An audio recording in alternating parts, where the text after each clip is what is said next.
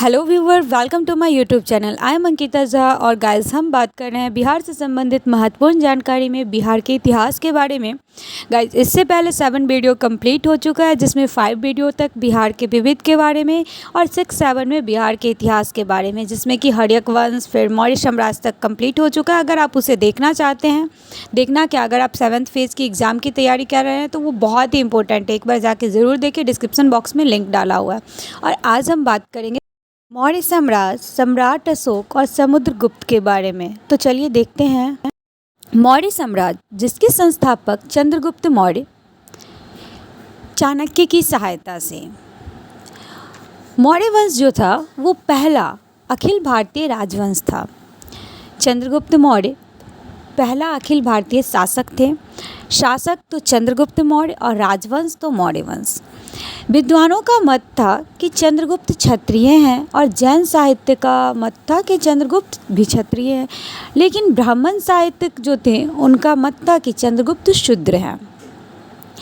फिर भारतीय क्षेत्र पर आक्रमण, जो कि 305 ईस्वी पूर्व में लगभग, यूनानी आक्रमणकारी सेल्यूकस निकेटर, जो सिकंदर के मंत्री थे, किनके मंत्री? सिकंदर के मंत्री, चंद्रगुप्त मौर्य के सामने हार गए, जिसमें दोनों के बीच संधि में सेल्यूकस ने अपनी पुत्री हेलेना से विवाह चंद्रगुप्त मौर्य का किया। दहेज में चंद्रगुप्त मौर्य को एरिया, जेट्रोसिया, आराकोशिया एवं पेरिपेशदाई क्षेत्र दिया गया। मतलब पहले दहेज में इतना कुछ दे दिया जाता था, देख ही रहे हैं। बदले में चंद्रगुप्त जो थे, बदले में उन्होंने दिया सेल्यूकस, यानी कि वो अपने ससुर को 500 हाथी उपहार में अतः सेल्यूकस जो थे वो अपना राजदूत उन जो थे मैगस्थनीस, जिन्होंने इंडिका नामक बुक की रचना की है, को चंद्रगुप्त मौर्य के दरबार में भेजा था, जिसका प्रसिद्ध रचना इंडिका था। इसमें मौर्यकालीन के साथ सामाजिक व्यवस्था की जानकारी मिलती है। चंद्रगुप्त मौर्य जैन संत के भद्रबाहु के प्रभाव में आकर इन्होंने जैन धर्म अपना लिया, और जब वो जैन धर्म अपना लेते हैं तो अपनी राजगद्दी देते हैं पुत्र को। तो उनके पुत्र का नाम क्या था? बिंदुसार।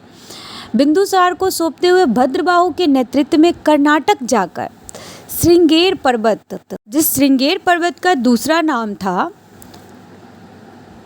अन्य नाम मतलब कह सकते हैं चंद्रगिरी पर्वत, श्रृंगेर पर्वत चंद्रगिरी पर्वत भी है, और वहाँ पे रह के उन्होंने उपवास विधि के द्वारा अपना प्राण त्याग दिया।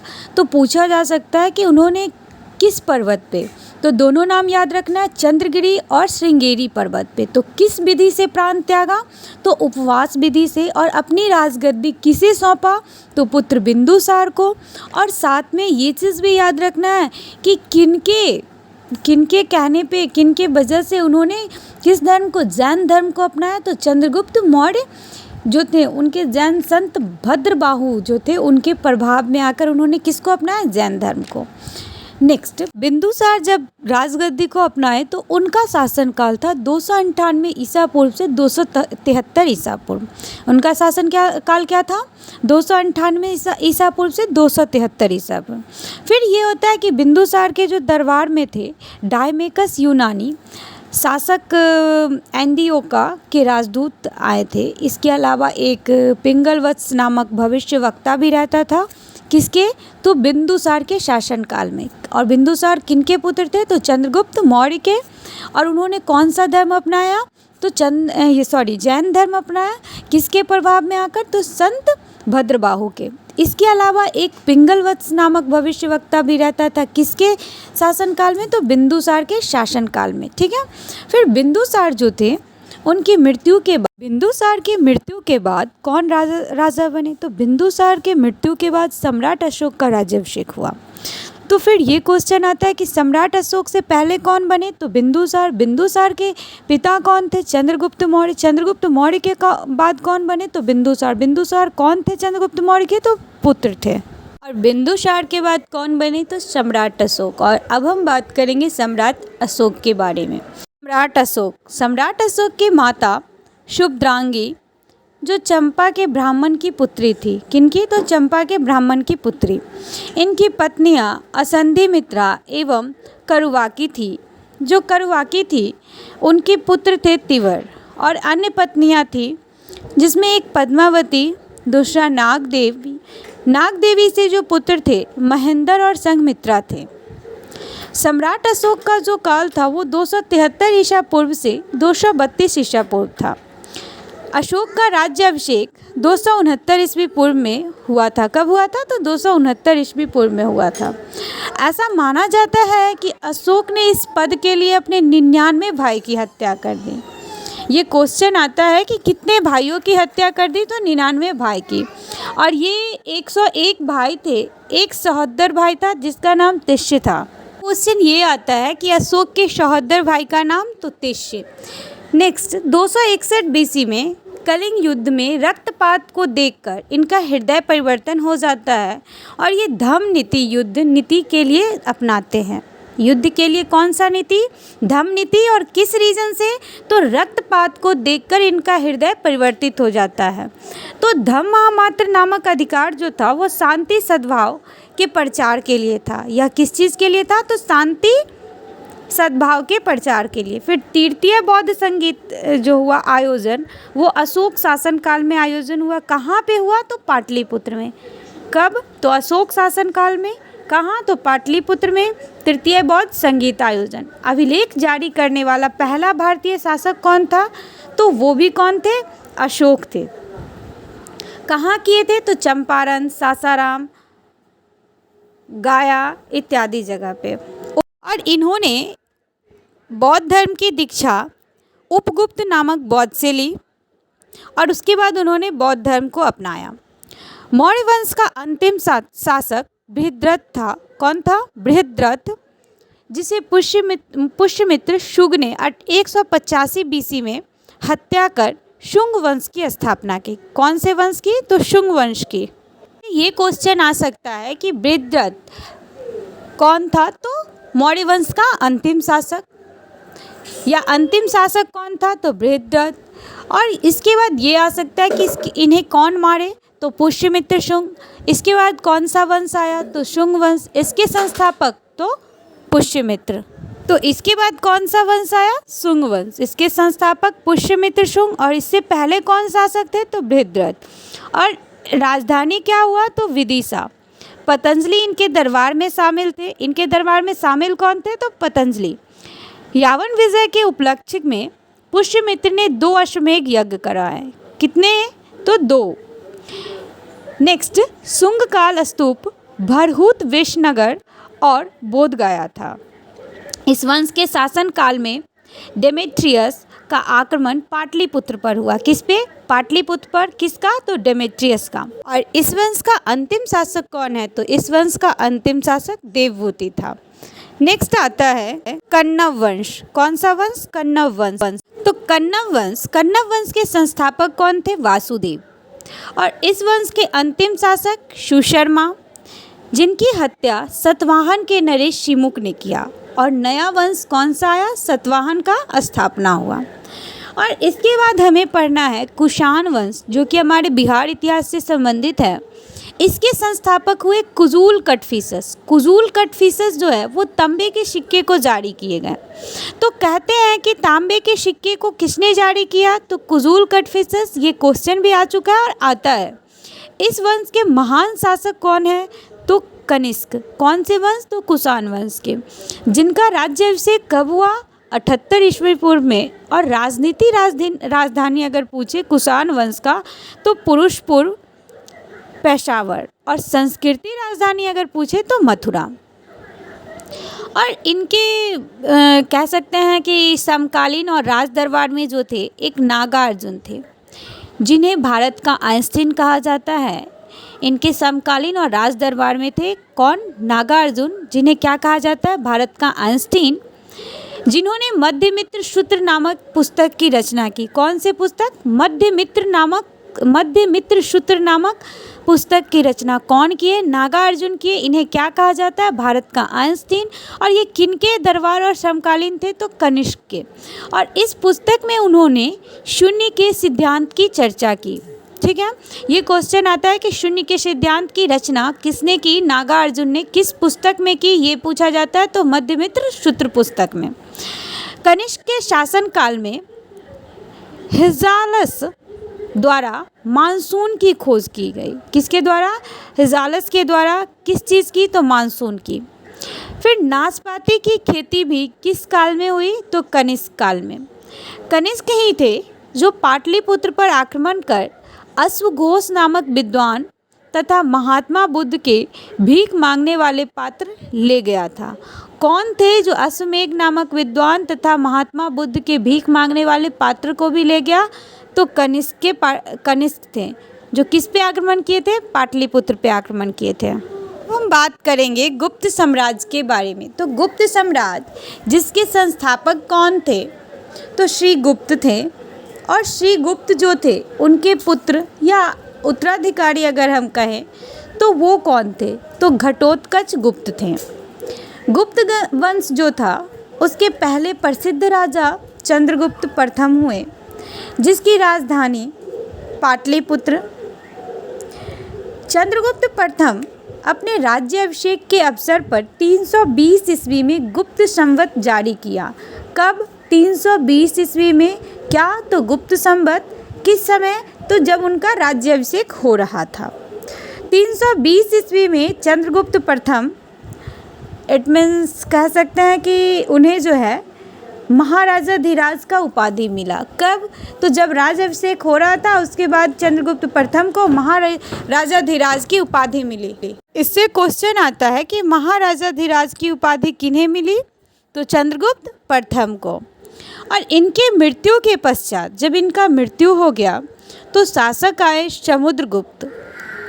तो 355 एडी में। उनका कब हुआ था? 320। भारत का नेपोलियन किसे कहा जाता है? तो भारत का नेपोलियन भी समुद्रगुप्त को कहा जाता है। इनके दरबार में एक रहते थे कवि हरिसेन। कवि हरिसेन जो थे वो रचना किए थे प्रयाग प्रशस्ति की।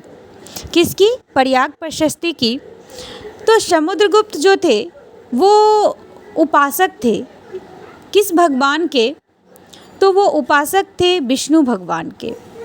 इनके दरबार में श्रीलंका के मेघवर्मा ने अपना राजदूत गया में एक बौद्ध मठ बनवाने के लिए भेजा था। गया में एक बौद्ध मठ बनवाने के लिए भेजा था। कौन? तो मेघवर्मा ने अपने राजदूत को। किनके शासनकाल में? तो समुद्रगुप्त के शासनकाल में। ठीक है, कहाँ के? तो श्रीलंका के। तो फिर इसके बाद 355 एडी में इनका शासनकाल हुआ, लेकिन इनकी जो मृत्यु हो गई वो 375 में। इनकी मृत्यु 375 में हो जाती है। तो इनके बाद जो शासक होते हैं वो होते हैं रामगुप्त। कौन होते हैं? रामगुप्त। ये बहुत ही कमज़ोर शासक थे। तो रामगुप्त जो थे वो चंद्रगुप्त द्वितीय से हार गए थे, और चंद्रगुप्त द्वितीय से हारने के बाद अगला शासक बन गए चंद्रगुप्त द्वितीय। और चंद्रगुप्त द्वितीय जो थे वो कहाँ थे? तो मेहरौली स्थित लौह स्तंभ से थे। उन्होंने वर्णन किया किस चीज़ के बारे में? तो मेहरौली स्थित लौह स्तंभ से शकों को पराजित कर चांदी का सिक्का चलाया। चांदी का सिक्का कौन चलाए थे? चंद्रगुप्त द्वितीय। विक्रमादित्य की उपाधि किन्हें मिली? चंद्रगुप्त द्वितीय। और महाराजाधिराज की उपाधि? तो चंद्रगुप्त प्रथम। ये याद रखना है कि विक्रमादित्य चंद्रगुप्त द्वितीय और महाराजाधिराज चंद्रगुप्त प्रथम जो थे उन्हें मिला था।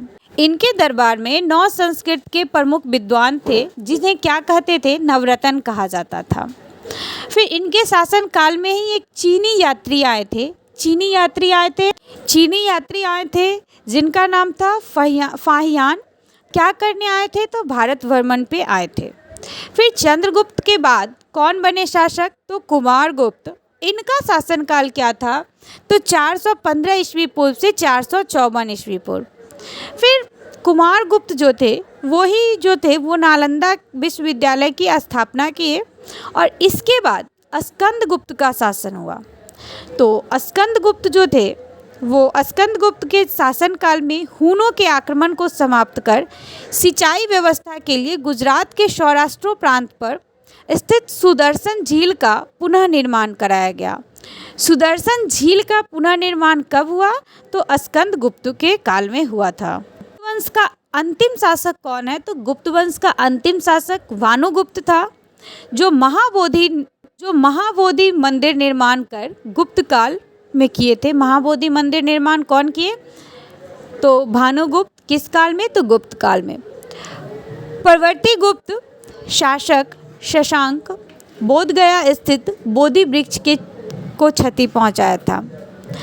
प्रवर्ती गुप्त में जो थे, इस गुप्त में सबसे शक्तिशाली शासक आदित्य सेन थे। सबसे शक्तिशाली शासक आदित्य सेन। इस तरह से गुप्त साम्राज्य के बाद फिर पाल वंश, जिसे हमें बिहार के इतिहास में पढ़ना है। तो पाल वंश, जिसके प्रथम संस्थापक गोपाल और दूसरे संस्थापक महिपाल हुए।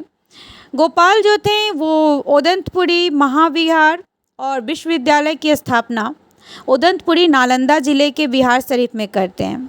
विक्रमशिला आधुनिक बिहार के भागलपुर जिले के पत्थर घाट में स्थित है। फिर जो धर्मपाल थे, जो द्वितीय संस्थापक थे, वो पाल शासक विक्रमशिला विश्वविद्यालय की स्थापना करते हैं। बौद्ध बिहार का निर्माण इन्हीं के द्वारा हुआ। नालंदा विश्वविद्यालय के लिए उन्होंने 200 गांव दान किया। तो ये एक इम्पोर्टेंट पॉइंट है कि नालंदा विश्वविद्यालय के लिए 200 गांव किसने दान किया? तो धर्मपाल। और ये क्या थे? तो पाल वंश के द्वितीय संस्थापक धर्मपाल। और इनका अभिलेख जो था वो परम सौगात था और इन्हें उत्तरापथ कहा गया। तो उत्तरापथ इन्हें गुजरात के कवि शाहुल के द्वारा कहा गया। अब हम नेक्स्ट पढ़ेंगे मिथिला के कर्नाट वंश, जो कि बिहार के इतिहास से संबंधित है।